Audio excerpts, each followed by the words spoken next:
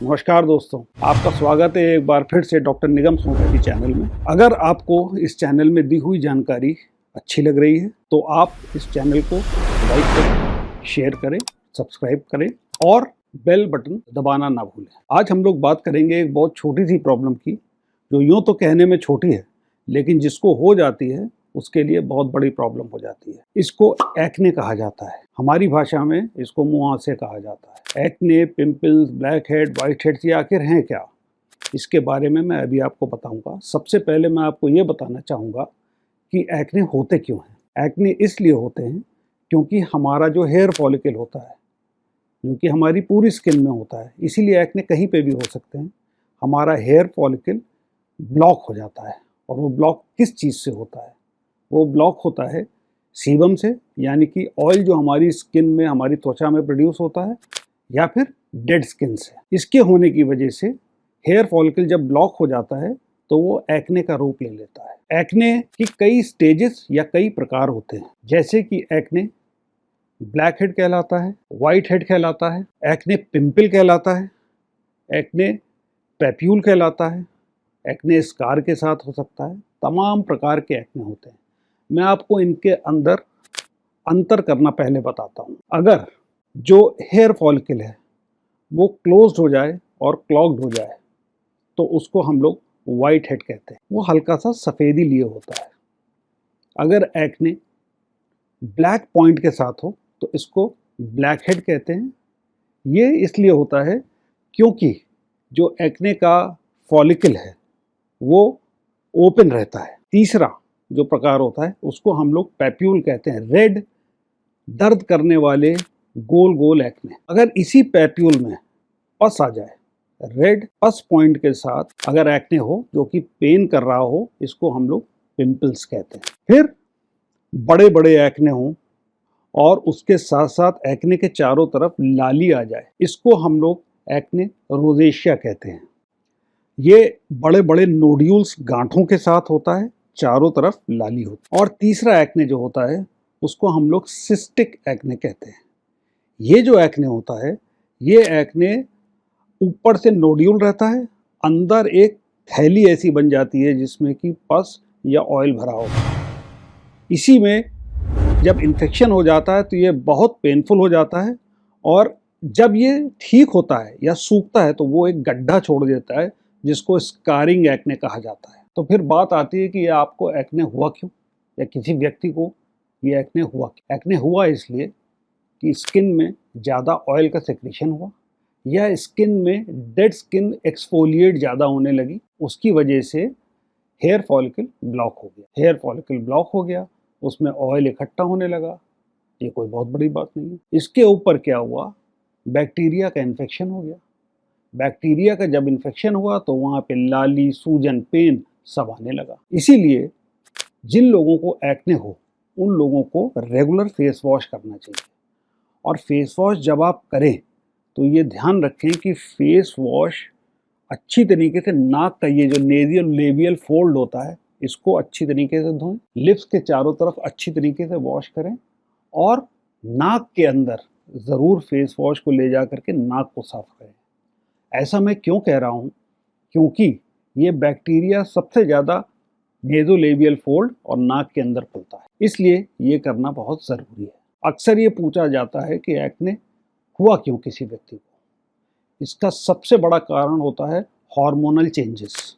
इसीलिए प्यूबर्टी के दौरान एक्ने बहुत पाया जाता है, बहुत कॉमनली पाया जाता है बच्चों में। लेकिन ये ध्यान रखिए, एक्ने का एज से कोई रिलेशन नहीं है, हार्मोनल चेंजेस से रिलेशन है, स्ट्रेस से बहुत रिलेशन है।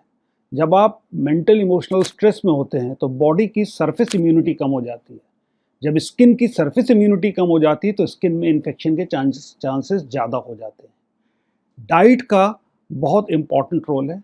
ये देखा गया है जो लोग ब्रेड्स पे, पिज़्ज़ा पे और चिप्स पे ज़्यादा रहते हैं उन लोगों को एक्ने की प्रॉब्लम बहुत कॉमनली हो जाती है। कुछ केसेस में ये भी पाया गया है कि कुछ एलोपैथिक की दवाओं का साइड इफ़ेक्ट होता है जिसकी वजह से एक्ने हो जाता है। उनमें से सबसे इम्पॉर्टेंट जो दवा है वो है कॉर्टिकोस्टेरॉइड्स, स्टेरॉइड का एक्सेसिव यूज़ होना। दूसरी दवा लिथियम का, जो कि डिप्रेशन में यूज़ की जाती है, एमडीपी में यूज़ की जाती है, उसका यूज़ होना। और तीसरा, कभी कभी ओरल कॉन्ट्रासेप्टिव्स यूज़ करने की वजह से भी एक्ने हो जाते हैं। यहाँ पे मैं आपको कुछ एक्ने के बारे में प्रचलित जो भ्रांतियाँ हैं उनको क्लियर करना चाहूँगा। देखिए, एक्ने केवल प्यूबर्टी में या जवानी की बीमारी नहीं है, ये किसी भी उम्र में हो सकती है। दूसरी बात, एक्ने का चॉकलेट और नॉन हाइजीनिक फूड से कोई मतलब नहीं है।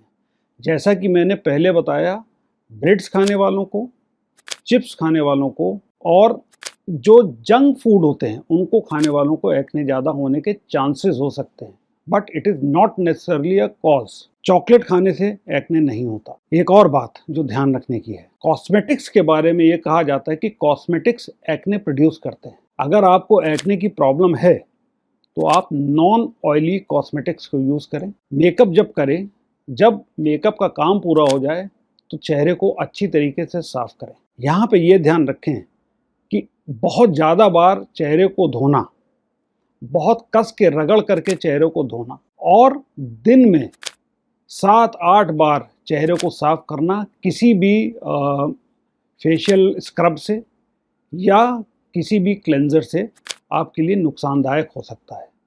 हमेशा डॉक्टर से मिलें। डॉक्टर आपकी स्किन टाइप देख करके आपके लिए जो फेस वॉश है उसको डिसाइड करेगा। एक बहुत कॉमन फेस वॉश होता है सिटाफिल का, जो कि बहुत सॉफ्ट होता है, चेहरे की स्किन को वो कोई प्रॉब्लम नहीं देता है। ये माइल्ड फेस वॉश को यूज़ करें। अगर आपकी ऑयली स्किन है तो आपका डॉक्टर ऑयली स्किन के लिए स्पेसिफिक फेस वॉश बताएगा। अगर आपकी ड्राई स्किन है तो आप फोमी, जो झाग वाले फेस वॉश होते हैं, उनको ना यूज़ करके क्लेंजर्स को यूज़ करें। ये कुछ बातें हैं जो कि ध्यान रखने योग्य हैं। जिनको एक्ने होता है उनको फ्लूइड्स, लिक्विड खूब लेने चाहिए। लिक्विड खूब लेने का मतलब ये है 2 से 3 लीटर। इसमें पानी, नारियल पानी, मट्ठा एटसेट्रा इंक्लूडेड है। तो क्या होम्योपैथी एक्ने में कारगर है? मैं आपको विश्वास दिलाता हूँ कि होम्योपैथी से बढ़िया कोई थेरेपेटिक मोडालिटी नहीं है जो एक्ने में आपकी हेल्प कर सकती है। ये मैं किस बिना पे कह रहा हूँ? ये कुछ एविडेंसेस हैं जो मैं आज आपको दिखाऊंगा और आपको पता लगेगा कि होम्योपैथी हर तरह के एक्ने में कितना बढ़िया काम करता है। सबसे पहले मैं जो आपको एविडेंस दिखा रहा हूँ, ये प्यूबर्टल एक्ने का है। अगर आप इस एक्ने को देखेंगे तो आप ये पाएंगे कि ये नोडुलर टाइप का एक्ने है। इसमें पेन नहीं के बराबर है। जो प्रॉब्लम है वो छोटे छोटे नोड्यूल्स हैं और ये पेशेंट को कई साल से हैं। होम्योपैथी की दवा देने के बाद इसके चेंजेस मैं अब आपको दिखाता हूँ। अब जो दूसरा केस मैं आपको दिखा रहा हूँ, इसमें आप देखेंगे कि पेशेंट के एक्ने ना केवल उसके फेस पे हैं बल्कि उसकी पूरी बैक भी एक्ने से भरी हुई है। इस केस में होम्योपैथी करने के बाद जो हम लोगों ने पाया, इसका चेहरा साफ हो गया, इसकी बैक साफ हो गई और इसके साथ साथ इसके स्किन की टोन भी एकदम बढ़िया हो गई। जो तीसरा केस मैं आपको दिखाने जा रहा हूँ, इस केस में जो रोजेशिया आप देखेंगे, ये देखेंगे कि आप छोटे छोटे पिंपल्स के साथ, पिंपल्स के चारों तरफ लाली है। ये केस बहुत ही जल्दी होम्योपैथी की दवा से ठीक हो गया, जो आप आफ्टर वाली फोटोग्राफ में देख सकते हैं। अब बात आती है स्कारिंग एक्ने की। जो स्कारिंग एक्ने होते हैं, एक्ने जब जाते हैं तो गड्ढे छोड़ जाते हैं। ये वो एक्ने होते हैं जिनको कि माना जाता है कि ये बिल्कुल ठीक नहीं होते। होम्योपैथी इन केसेस में बहुत ज़्यादा मदद करती है। एक्ने ख़त्म हो जाते हैं। स्कार यानी कि गड्ढा भरता नहीं है, लेकिन इतना ज़रूर होता है कि वो दूर से दिखना बंद हो जाता है। जैसे कि आप इस केस में देखेंगे, इस केस में तो खैर इतना फ़ायदा आया कि गड्ढे भी काफ़ी कम हो गए। ऐसा सब केसेस में नहीं होता है, पर मैं आपको एक केस दिखाता हूँ। पहले आप देखें तो पेशेंट की चीक पे आपको स्कार्स दिख रहे हैं, एक्ने दिख रहे हैं। दूसरी फ़ोटो में आप देखें तो आप देखेंगे कि स्कार्स बहुत कम हो गए और एक्ने बिल्कुल साफ़ हो गए। अब मैं आपको एक केस दिखाता हूँ जिसमें कि सिस्टिक एक्ने है। जैसा कि मैंने बताया, ये सबसे बुरे किस्म के एक्ने होते हैं। ये एक्ने के अंदर एक पनीली ऑयल से भरी गांठें बन जाती हैं। ये सिस्टिक एक्ने हैं और ये रोजेशिया है, यानी कि एक्ने के चारों तरफ और चेहरे पे लाली छोड़ गया है। इस केस को ठीक करने में टाइम लगता है, मगर ये केस भी ठीक होते हैं, जैसा कि आप आफ्टर ट्रीटमेंट की फोटोग्राफ में देख सकते हैं। और अंत में मैं बात करता हूँ एक प्रॉब्लम की जिसको मिलिया कहा जाता है। नाउ मिलिया एक्ने नहीं होते हैं, और आप किसी भी डर्मेटोलॉजिस्ट या कॉस्मेटिक फिजिशियन के पास जाएंगे तो वो आपसे कहेगा कि मिलिया दवा से ठीक नहीं हो सकता, उसके लिए एक माइनर सी सर्जरी करके उसको हटाना पड़ेगा। मगर होम्योपैथिक एक्सपीरियंस जो मेरा पिछले 30 साल का है वो मुझे बताता है कि मिलिया भी होम्योपैथी से ठीक हो जाते हैं, जैसा कि आप आने वाले फोटोग्राफ में देखेंगे। अगर आप पहले देखें तो राइट आई के नीचे छोटे छोटे सफ़ेद सफ़ेद दाने हैं, ये दाने मिलिया कहलाते हैं।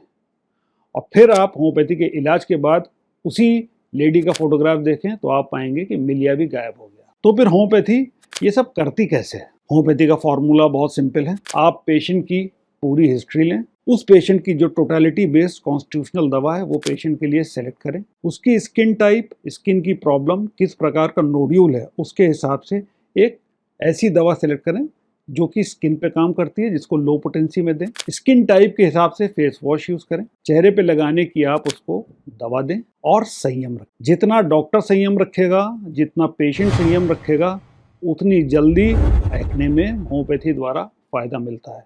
और फायदा मिलता है, ये एक पक्की बात है। धन्यवाद।